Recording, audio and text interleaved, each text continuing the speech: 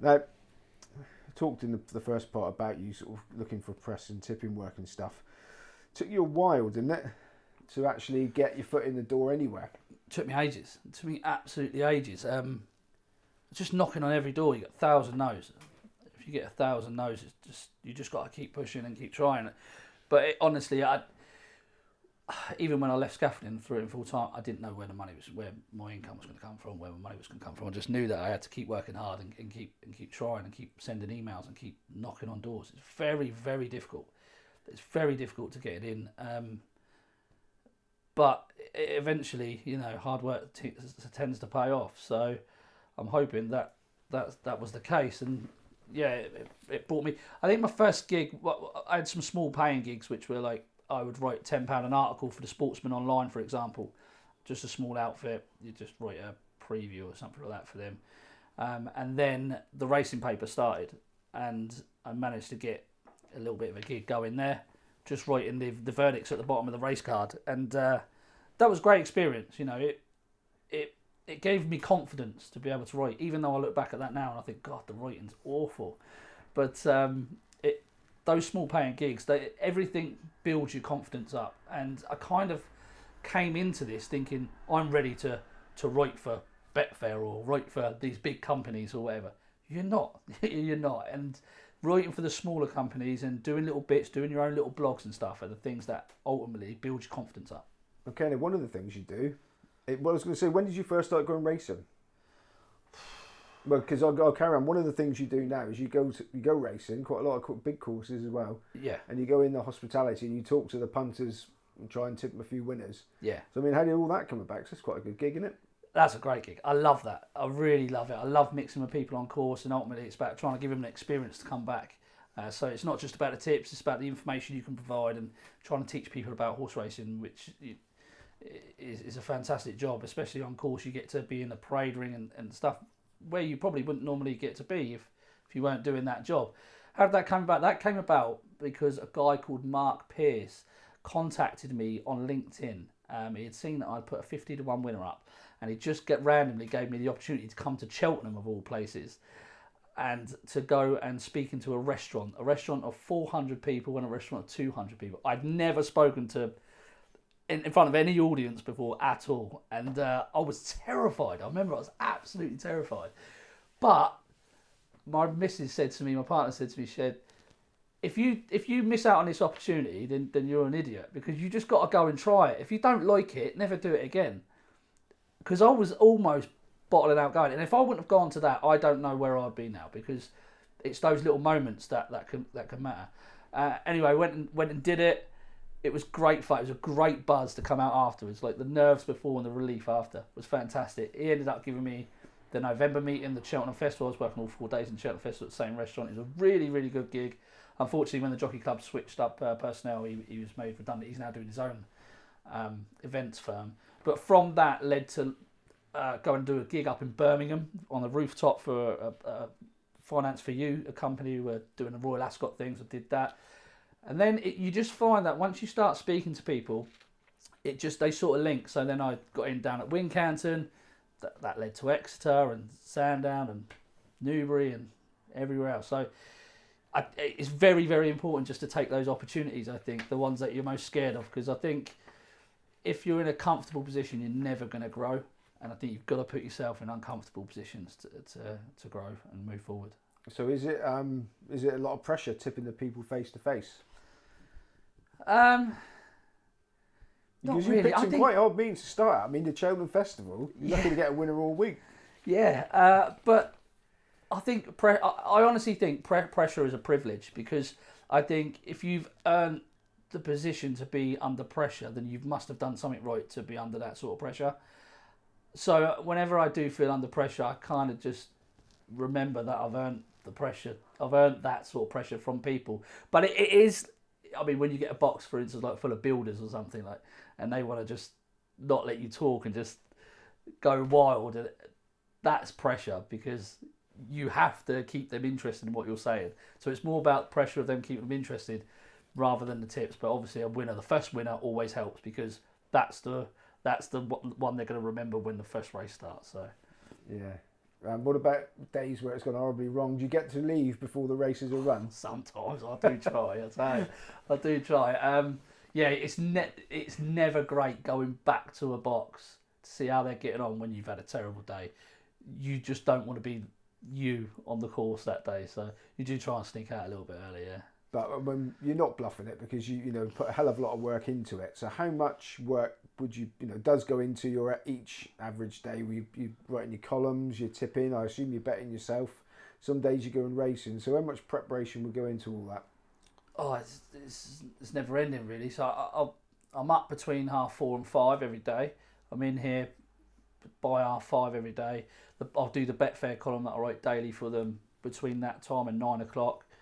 I'll then have a short break and then be back in here and looking at the previous day's racing for a couple of hours. And then it's the next day's cards, and then it's filing the GG column, and then in the evening it's anything else I have to pick up. So, like for example, now Cheltenham, like previews and we've got loads of stuff going on.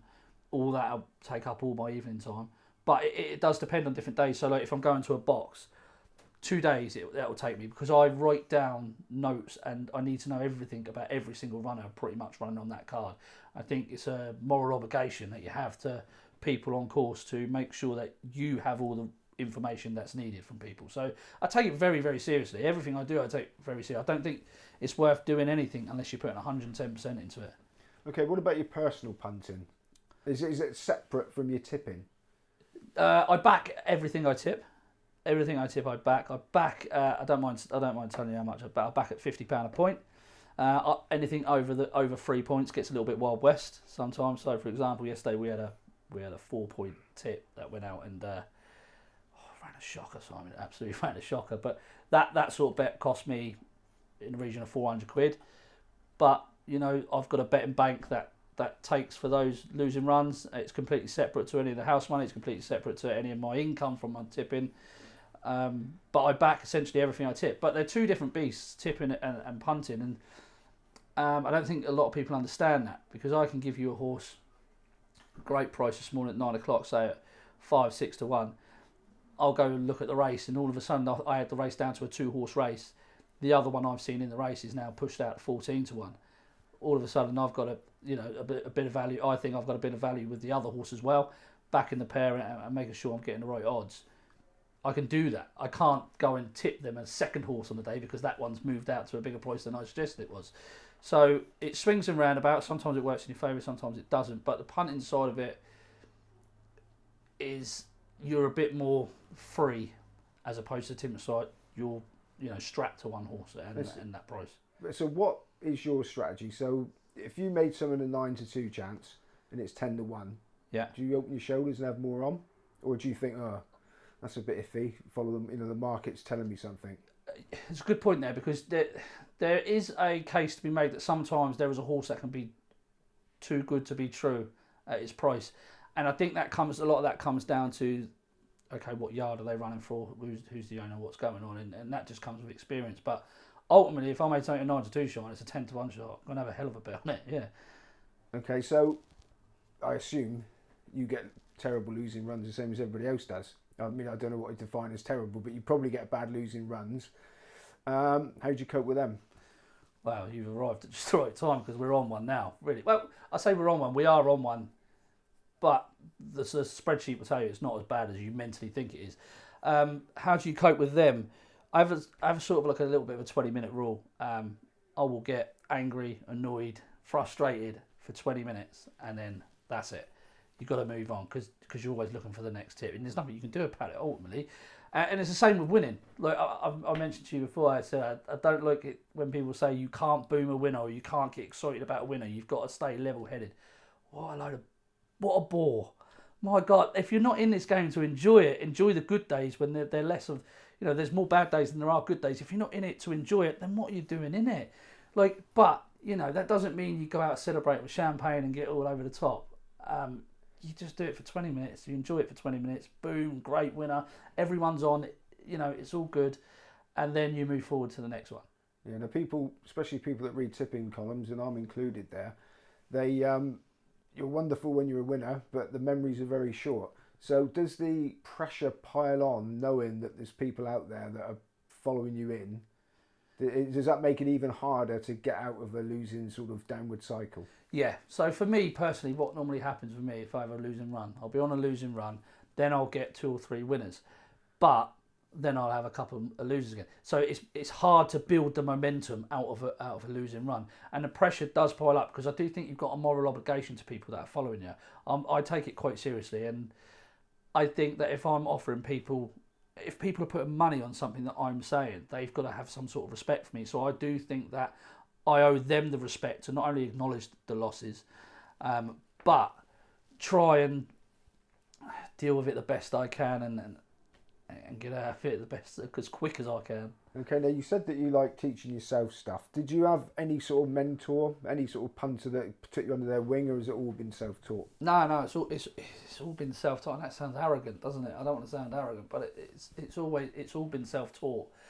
I've never really had any sort of help with anything, in all honesty. Now, I speak to a guy called Dave on Twitter, Dave. I will throw ideas at him all the time. He will come back and throw all the ideas at me. He is probably the only person that I speak to about horses. There's nobody else I will speak to. But I like it that way. You keep things together. We speak about anti-post stuff all the time, where the value is, etc. He's a fantastic guy with numbers, so he complements me in that sort of way. Whereas I think he comes at a race from a completely different angle as what I would. So I think we complement each other in that way. But ultimately, no one's ever taught me anything. It's just been a case of hours and hours of hard work and making mistakes. There's a hell of a lot of racing.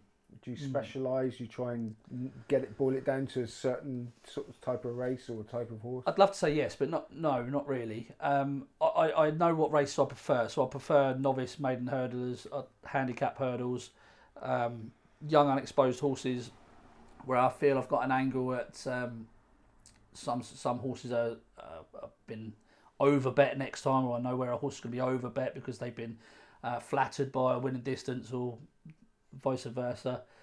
I don't specialise, but I do have to have something that draws me into a race. So something I might have seen last week with a horse where I know he ran a great time figure or something, for example, and he's in this race, that might draw me into that race, and I'll go in and have a deeper look into that race. But ultimately, something needs to draw me in, and the only way you can get that is if you re-watch racing from previous days.